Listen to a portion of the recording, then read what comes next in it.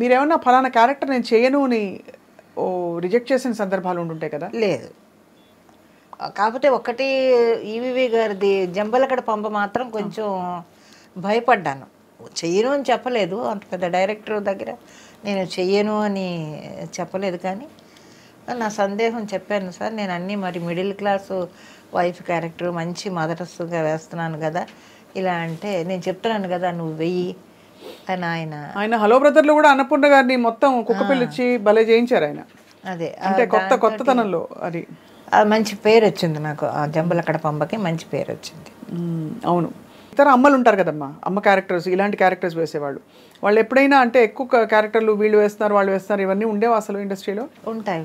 అదే చెప్తున్నాను, నా మెంటాలిటీ ఎలా ఉంటుందంటే ఇంకొకళ్ళని చూసి బాధపడ్డము, ఇంకొకళ్ళని చూసి అసూయపడ్డము అనేది అసలు చిన్నప్పటి నుంచి లేదు నాకు. అది అసలు ఆలోచన కూడా నాకు రాదు. నా దగ్గర ఎంత ఉంది, నా సంసారం ఎంత ఉంది, అంతవరకే తప్ప అయ్యో నన్ను దాటి ఆవిడ వెళ్ళిపోతుంది, పెద్ద పెద్ద వేషాలు వేసుకుంటుంది అన్న ఆలోచన నాకు అసలు ఎప్పుడు రానే రాదు. ఆ థాట్ అసలు ఎప్పుడు నా బ్రెయిన్కి రాదు, అసలు నేను ఆలోచించను. నేను ఈరోజు గడిచిపోయింది, ఈరోజు గడిచింది, రేపటి గురించి భగవంతుడా నువ్వే ఉన్నావు అనుకుంటాను అంతే.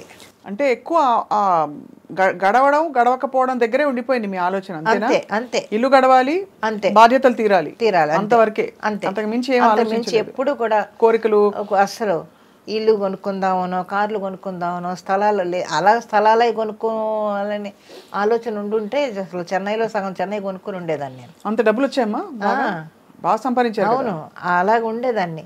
అప్పుడంతా తక్కువే కదా, నాకు తెలిసి కిలో మాంసం 2 రూపాయలు.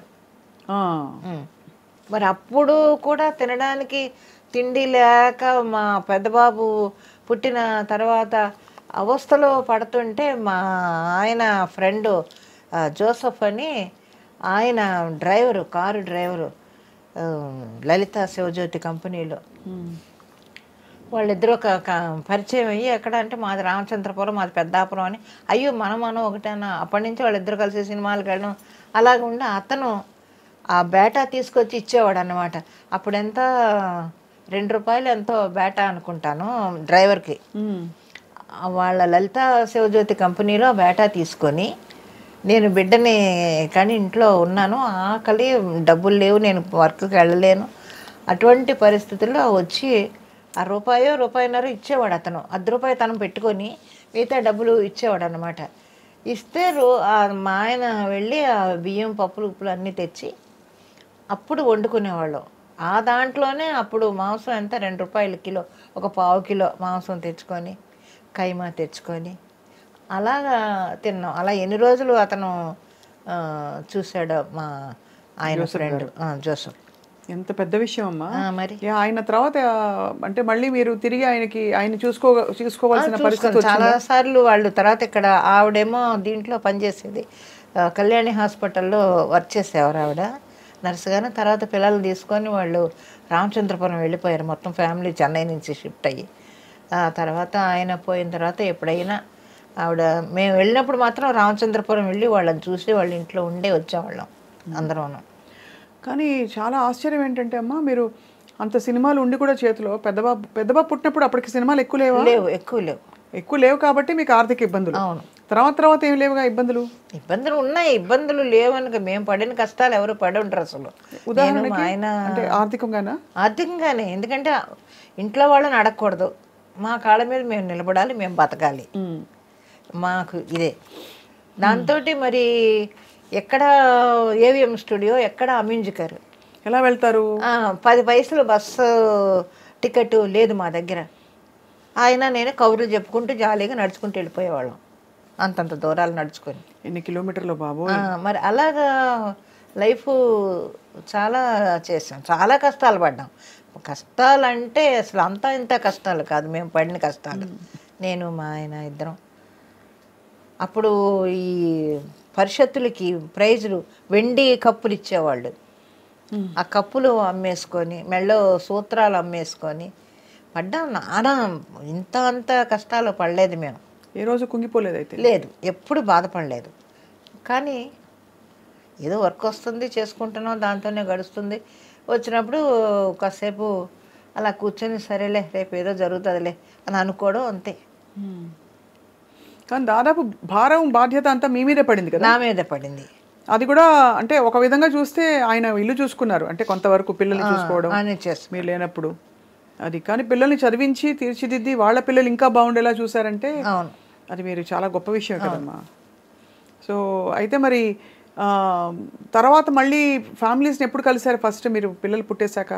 అప్పుడే మా పెద్దబాబు కడుపున పడిన తర్వాతే మా వాళ్ళు తీసుకొని వెళ్ళి డెలివరీ మా ఇంట్లోనే జరిగింది. మా పెద్దబాబు డెలివరీ మా ఇంట్లోనే జరిగింది, పుట్టింట్లోనే జరిగింది. ఏమిటో మానవ సంబంధాలు, జీవితం ఇవన్నీ చూస్తే అంటే అర్థం కాదమ్మా అవి. మీరు చూసిన జీవితంలో ఏం అర్థం చేసుకున్నారు చెప్పండి అమ్మా. ఏంటి లైఫ్ అర్థం ఏంటి, మీనింగ్ ఏమిటంటే? ఏదో వచ్చాము, జరిగింది, అలాగ ఇన్ని సంవత్సరాలు గడిపేసాము, ఇంకా ఈ ఆఖరి క్షణాల్లో అందరూ హ్యాపీగానే ఉన్నాం కదా అని అనుకుంటాను అంతే. ఇప్పుడు దేవుడు దయ వల్ల ఇంతవరకు హ్యాపీగా మనం నడిపించాడు. ఇంతకన్నా లేని వాళ్ళు, మనకన్నా హీనమైన స్థితిలో ఉన్నవాళ్ళు ఎంతోమంది ఉన్నారు. వాళ్ళందరికన్నా మనం బెటర్గానే ఉన్నాం అనుకుంటాను నేను ఇప్పుడు. కానీ పోలికి వచ్చినప్పుడు అలా రాదు కదా. మనతో పాటు ఇతర సినిమా యాక్టర్లు ఎవరైతే ఉన్నారో, మనం వాళ్ళ ఇండస్ట్రీకి ఒకసారి వచ్చాం, వాళ్ళు చూడు ఎంత కట్టేసుకుని ఎంత ఎదిగిపోయారు, పెద్ద పెద్ద రోల్స్ చేస్తున్నారు. నాకు రాలేదనే పోలికే వస్తుంది చాలా మందికి. అవును, మీకు రాలేదు. నాకు అది రాదు, అస్సలు రాదు. అంటే మీ సంస్కారం, మీ ఆత్మవిశ్వాసం, భగవంతుడి యందు మీకుండే విశ్వాసమే కదమ్మా. లేకపోతే అంతగా మీరు అన్నట్టు నిజంగా పుస్తలమ్ముకుని వెండి కప్పులు గెలుచుకున్న కష్టంగా అపురూపంగా సంపాదించుకున్నవన్నీ అమ్మేసుకుని ఇంట్లో ఉండడం అంటే చాలా. ఇప్పుడు చెన్నైలో ఇల్లు ఉందమ్మా? ఇల్లు ఇంకా ఉంది. నేను ఇల్లు కట్టేటప్పుడే మా అబ్బాయికి చెప్పాను, ఊరే నాకు షోకేస్ కట్టాలని. మొత్తం షీల్డ్ అన్నీ అలాగుంటాయి, ఇంటికి వెళ్ళగానే ముందుకు సార్ అలా చూసుకుంటారు సినిమాల్లో వచ్చిన షీల్డ్ అన్నీ. మీకు బెస్ట్ కొడుకు ఎవరు చెప్పండి సినిమాల్లో? అందరూ కొడుకులే, ఎవరు అని చెప్పలేము మనం. అందరూ బాగుంటారు, ప్రతి ఒక్కళ్ళు బాగుంటారు అమ్మయ్య. అది వీళ్ళు బాగున్నారు బాగోలేరని కాదు, అందరూ కూడా తమిళ్ కానీ తెలుగు కానీ. ఒకసారి లెక్క పెడదామా. రజనీకాంత్ గారు, కమల్ హాసన్ గారు, మన సత్యరాజ్ గారు, విజయకాంత్. అన్యాయంగా వెళ్ళిపోయారమ్మా ఆయన. అవును, నాకు విజయకాంత్ గారు ఫస్ట్ షూటింగ్ అయిన తర్వాత అందరికీ బట్టలు పెడతారు అనేది ఆయన షూటింగ్లోనే చూశాను నేను. విజయకాంత్ గారు పెడతారా? అవును.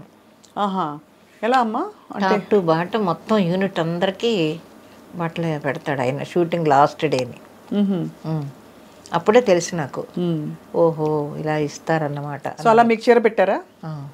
ఇలా అలాగే లేని వాళ్ళకి అందరికీ కూడా కుట్టు మిషన్లు, ఈ సైకిళ్ళు, ఇవన్నీ చాలా హెల్ప్ చేసేవాడు. చూడండి ఎంత మహానుభావుడు ఆయన. ఎందుకమ్మా అంత తొందరగా వెళ్ళిపోవాలి? మరి పార్టీ పెట్టారు.